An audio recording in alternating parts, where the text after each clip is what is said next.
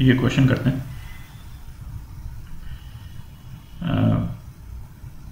कोई प्रोजेक्टाइल है, ठीक है, उसका एक्स और वाई कोऑर्डिनेट जो है वो टाइम फंक्शन के रूप में दिए हुए हैं, ठीक है। तो एक्स दिया हुआ है, x is equal to 3t दिया हुआ है और y is equal to 4t minus 5t square दिया हुआ है, ठीक है। अच्छा, एक तो जैसे प्रोजेक्टाइल को डिफाइन करने के लिए हम कई तरीके दे सकते हैं।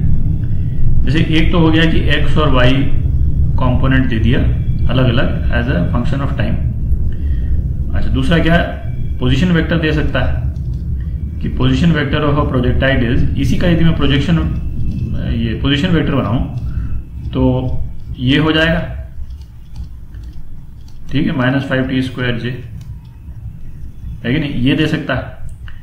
और या फिर प्रोजेक्टाइल मोशन को डिफाइन करने के लिए जो अभी तक अपन करते आए हैं, ठीक है भाई, ये वेलोसिटी u दे दी और ये एंगल दे दिया, उससे आप बाकी सारी चीजें निकाल सकते हैं। तो इस इंफॉर्मेशन से भी आप बाकी सारी चीजें निकाल सकते हैं, ठीक है। तो इससे ये आना चाहिए भाई, इससे इनिशियल वेलोसिटी और एंगल निकालना आना चाहिए, ठीक है, यदि पोजीशन वेक्टर दिया हुआ हो या एक्स और वाई दिए हुए हों टी के टर्म्स में, तो है ना, वही अपन करेंगे अभी। और यदि ये दिया हुआ हो, है ना, इनिशियल वेलोसिटी और एंगल दिया हुआ हो, तो हमको फिर ये निकालना आना चाहिए, है ना, सिंपल ही है। बट ये कन्वर्जन आपको रहना चाहिए। तो अब जैसे ये हुआ, तो अब पूछ रहा है वेलोसिटी ऑफ द प्रोजेक्टाइल, ठीक है। तो वेलोसिटी के लिए एक्स और वाई कंपोनेंट निकाल लेते हैं और इससे एक्स और वाई कंपोनेंट निकल जाएगा तो उससे हमको इनिशियल वेलोसिटी निकल जाएगी। तो Vx जो है वो x कंपोनेंट हो गया प्रोजेक्टाइल का, ये हो गया 3 मीटर पर सेकेंड। अच्छा, ये तो कांस्टेंट है जैसा होना चाहिए, है ना, कांस्टेंट है। अच्छा, Vy जो है y component dy by dt, ये कितना हो गया, 4 माइनस 10t हो गया, ठीक है। तो ये तो हो गया कि for all values of time हो गया, ये भी for all values of time है ना, हर टाइम के लिए है। तो अब इनिशियल हमको निकालना है, हमको तो इनिशियल यदि निकालना है, इनिशियल हो गया ux और uy, तो इसमें तो टाइम है ही नहीं, तो ux जो है वो vx के बराबर ही है, 3 मीटर पर सेकेंड। और uy क्या हो गया, uy basically time is equal to 0 पे uy हो गया, इसमें 0 डाल दें, 4 मीटर पर सेकेंड, ठीक है। तो अब आपके पास में इनिशियल वेलोसिटी आ गई, इनिशियल वेलोसिटी आ गई आपके पास में 3 मीटर तो ऐसे आ गई और 4 मीटर ऐसे आ गई, 3 मीटर पर सेकेंड ux एंड 4 मीटर पर सेकेंड uy। तो ये आपका डायरेक्शन हो गया, ठीक है। तो u का मैग्नीट्यूड आपको निकालना है, तो मैग्नीट्यूड आप निकाल लीजिए, 3 स्क्वायर प्लस 4 स्क्वायर, तो ये हो गया 5 मीटर पर सेकेंड, ठीक है। अच्छा, u को आपको वेक्टर फॉर्म में लिखना है, वेक्टर फॉर्म में लिख लीजिए और एंगल जो आप निकाल ही लीजिए, ठीक है। एंगल जो है वो इसका 4/3 आ जाएगा, यहाँ से tan थीटा 4/3, ठीक है। ये इसका मैग्नीट्यूड है 5, तो थीटा कितना हो गया, tan इनवर्स 4/3, ठीक है। ये तो हमने निकाला जब x और y टाइम डिपेंडेंट दिए हुए हों, ठीक है। अच्छा, अब करते हैं इसका बी पार्ट। तो अब क्या करेंगे, एक तो ट्रेजेक्ट्री निकालनी है बी पार्ट में, है ना, बी पार्ट करना। तो ट्रेजेक्ट्री मतलब उसको टाइम पीरियड एलिमिनेट करना है इसमें से। तो इसमें क्या हो गया, टाइम क्या हो गया, x/3 हो गया, ठीक है। और x/3 यहां पे डाल देते हैं, y is equal to 4/3x minus 5/9x², ठीक है।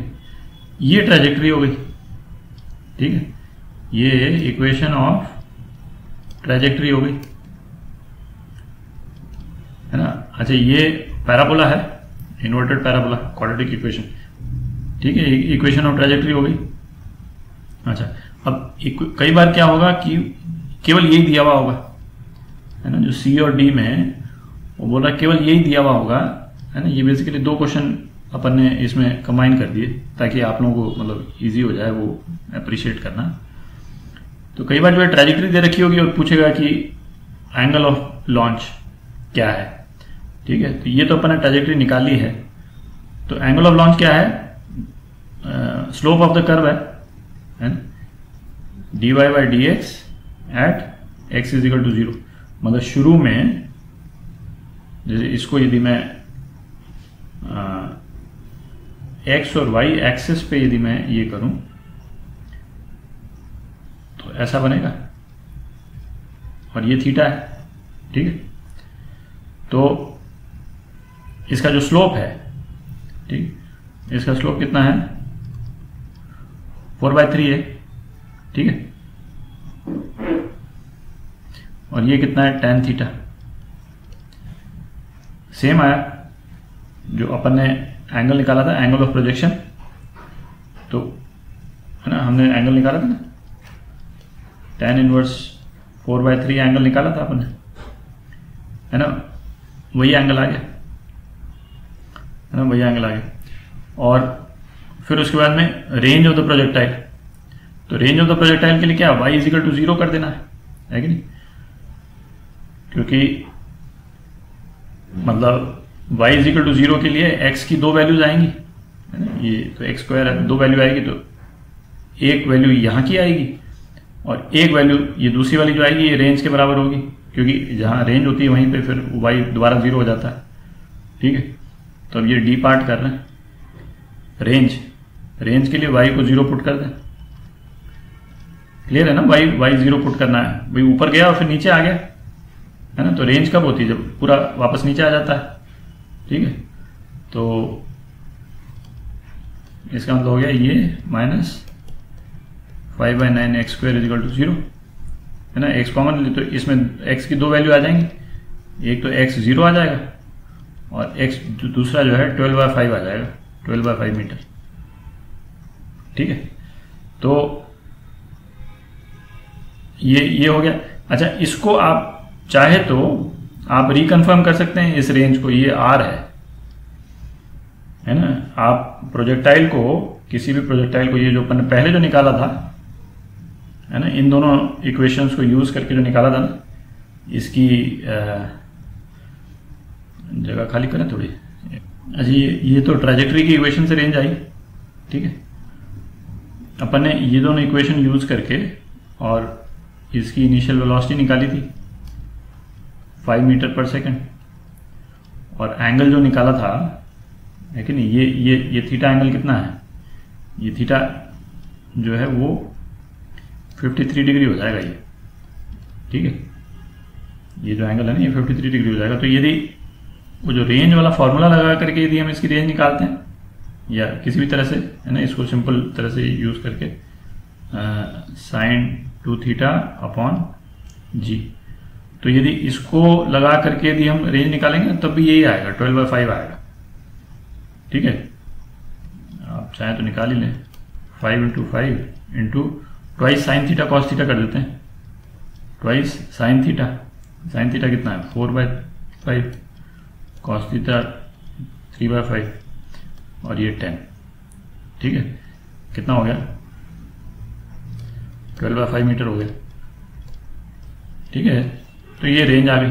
तो रेंज निकालने के भी 2 तरीके हो गए, एक तो ये दे रखा हो तो इनिशियल वेलोसिटी आप निकाल लो, एंगल निकाल लो और उसके बाद में आप रेंज निकाल लो, और दूसरा तरीका मतलब, और दूसरा है कि यदि केवल ट्रैजेक्टरी दे रखी हो तो उससे फिर आप रेंज निकाल सकते हैं। तो दोनों तरीके आने चाहिए आपको।